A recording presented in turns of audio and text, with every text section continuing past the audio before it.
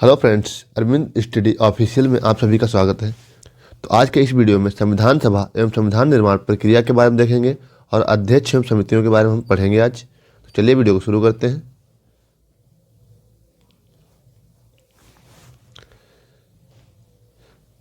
संविधान सभा एवं संविधान निर्माण प्रक्रिया। तो संविधान सभा को देखते हैं पहले।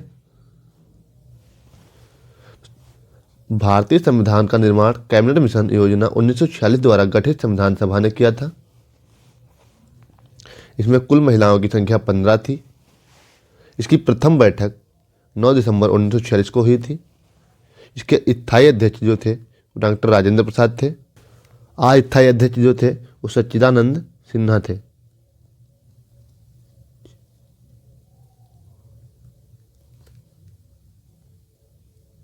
नंद सिन्हा।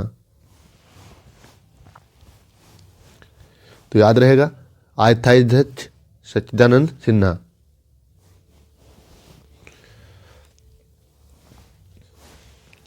इसकी गठन कैबिनेट मिशन योजना 1946 द्वारा हुई थी। इसमें कुल अधिवेशनों की संख्या 11 थी। इसमें संविधान सभा में अंतिम बैठक 24 जनवरी 1950 को हुई थी। उसके बाद में संविधान अंगीकृत किया गया था 26 नवंबर 1949 को।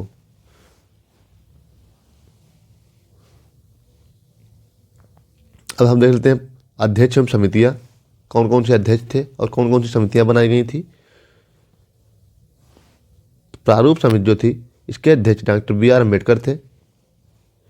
प्रक्रिया नियम समिति और संचालन समिति के अध्यक्ष डॉक्टर राजेंद्र प्रसाद थे। अल्पसंख्यक और जनजातीय समिति, मूल अधिकार समिति, प्रांतीय संविधान समिति, इन तीनों समितियों के अध्यक्ष सरदार पटेल थे। संघ शक्ति समिति, संघीय संविधान समिति के अध्यक्ष जवाहरलाल नेहरू थे। तो चलिए संविधान के स्रोत। संयुक्त राज्य अमेरिका से उद्देशिका का विचार लिया गया है।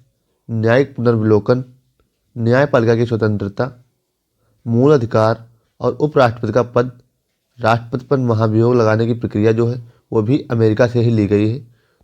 तो ये इतने जो आर्टिकल लिए गए हैं ये अमेरिका के संविधान से लिए गए हैं। दक्षिण अफ्रीका से देख लेते हैं क्या क्या लिया गया है। तो दक्षिण अफ्रीका से संविधान संशोधन की प्रक्रिया ली गई है। जो संविधान में कुछ भी संशोधन किया जाता है वो दक्षिण अफ्रीका की संविधान संशोधन प्रक्रिया के द्वारा किया जाता है। तो संविधान संशोधन की जो प्रक्रिया है वह दक्षिण अफ्रीका से ली गई है। राज्यसभा के सदस्यों का निर्वाचन भी दक्षिण अफ्रीका से लिया गया है। रूस से देख लेते हैं। तो रूस को पूर्व सोवियत संघ भी कहा जाता है। रूस से मूल कर्तव्य लिए गए हैं। प्रस्तावना में न्याय, सामाजिक, आर्थिक और राजनीतिक, ये तीनों न्याय की प्रक्रिया जो है यह रूस से लिए गए हैं।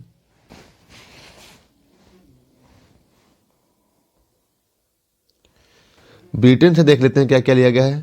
तो ब्रिटेन से विधिगत शासन, मंत्रिमंडलीय प्रणाली, संसदीय शासन प्रणाली, एकल नागरिकता और द्विसदनीय प्रणाली, विधायी प्रक्रिया, संसदीय विशेषाधिकार, परमाधिकार लेख, यह आर्टिकल ब्रिटेन के संविधान से लिए गए हैं।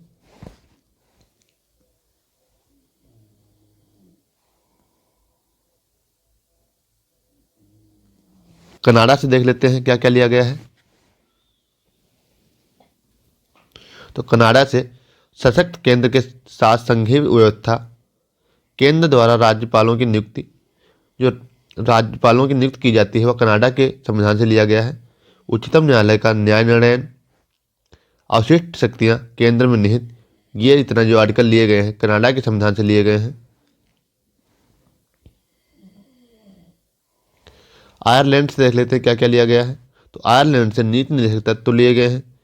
राष्ट्रपति का निर्वाचन पद्धति, राज्यसभा में कुछ सदस्यों का नामांकन, ये जो आर्टिकल लिए गए हैं आयरलैंड के संविधान से लिए गए हैं। ऑस्ट्रेलिया से देख लेते हैं क्या क्या लिया गया है। तो ऑस्ट्रेलिया से संयुक्त बैठक, उद्देशिका की भाषा, व्यापार, वाणिज्य और समागम की स्वतंत्रता, समवर्ती सूची भी ऑस्ट्रेलिया के संविधान से ली गई है। तो ये आर्टिकल सब ऑस्ट्रेलिया के संविधान से लिए गए हैं। जापान से सिर्फ एक ही लिया गया है, विधि द्वारा स्थापित प्रक्रिया। जापान से विधि द्वारा स्थापित प्रक्रिया ली गई है, और जबकि विधायी प्रक्रिया ब्रिटेन से ली गई है। अब देख लेते हैं परीक्षा की दृष्टि से कुछ महत्वपूर्ण क्वेश्चनों को। तो परीक्षा की दृष्टि से क्वेश्चन जो दिए गए हैं, भारतीय राजनीति व्यवस्था में सर्वोच्च है। तो भारतीय और राजनीतिक व्यवस्था में जो सर्वोच्च है वह संविधान सबसे सर्वोच्च है। भारतीय संविधान में आपात उपबंध लिया गया है जर्मनी के वाइमर संविधान से। राष्ट्रपति के विचारार्थ राज्यपाल द्वारा विधेयक को सुरक्षित रखने का उपबंध लिया गया है कनाडा के संविधान से। विश्व का प्रथम लिखित संविधान जो है वो यूएसए का है। नागरिकता अनुच्छेद 5 से 11 में वर्णित है। उल्लेख, संविधान के भाग 2 में इसका उल्लेख है और अनुच्छेद 5 से 11 तक इसका उल्लेख है। भारत में एकल नागरिकता का प्रावधान है, जबकि अमेरिका जैसे देशों में दोहरी नागरिकता का प्रावधान है। भारत में 2 तरह के लोग हैं, एक नागरिक, दूसरे विदेशी। विदेशी में 2 प्रकार के हो सकते हैं, मित्र भी हैं और शत्रु भी हैं।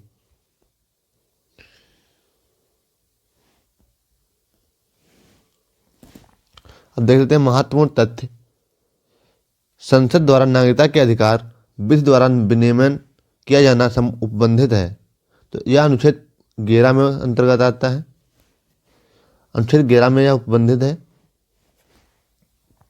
भारत नागरिकता अधिनियम 1955 पारित किया गया था। यह संसद द्वारा पारित किया गया था। अगर हम बात करें अनुच्छेद 15, 16, 19, 29 और 30 के तहत प्राप्त अधिकार है, तो ये केवल नागरिकों को ही प्राप्त हैं। जो भारतीय मूल के लोग हैं उन्हीं को प्राप्त हैं, भारत में जो रहने वाले हैं। विदेशियों को ये अधिकार नहीं प्राप्त हैं। दोहरी नागरिकता राज्यों के लिए पृथक नागरिकता व्यवस्था को अपनाया गया। यह अमेरिका एवं स्विट्जरलैंड में अपनाया गया है, भारत में नहीं अपनाया गया है इसको, क्योंकि भारत में एकल नागरिकता का प्रावधान है। संसद नए राज्यों का निर्माण कर सकती है साधारण बहुमत से। भारतीय राज्यों के अंतर्गत किसी राज्यों को मिलाने का अधिकार है। अगर किसी राज्य को भारत में किसी राज्य को मिलाना हो तो वह केवल संसद ही कर सकती है। यह अधिकार संसद को दिया गया है। लोकसभा में संघ राज्य क्षेत्रों के लिए आरक्षित सीटों की संख्या है। तो आरक्षित सीटों की संख्या जो है वो केवल 20 है।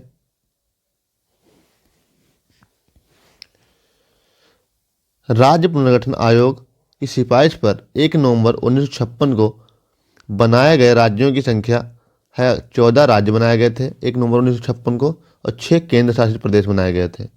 वर्तमान में 28 राज्य और 8 केंद्र शासित प्रदेश हैं।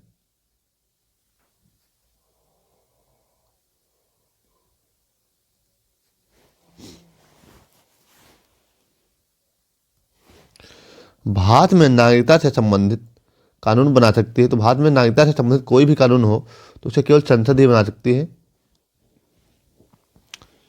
तो इस वीडियो में इतना ही। अगर वीडियो अच्छा लगा तो वीडियो को लाइक करें और चैनल को सब्सक्राइब कर लें, ताकि इसी प्रकार के वीडियो आप तक पहुंचते रहें। मिलते हैं अपने नेक्स्ट वीडियो में।